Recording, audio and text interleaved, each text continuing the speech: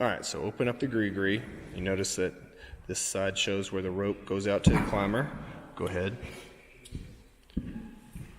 As you set it up, double check your work. Shows climber, then it shows brake hand. So now you can go ahead and clip into it.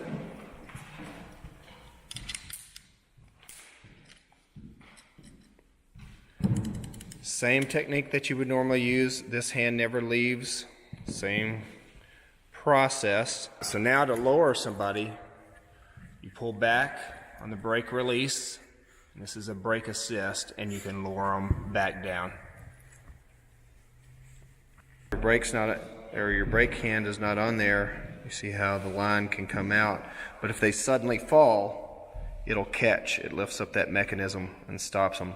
Your brake hand should always be on the rope because this can fail.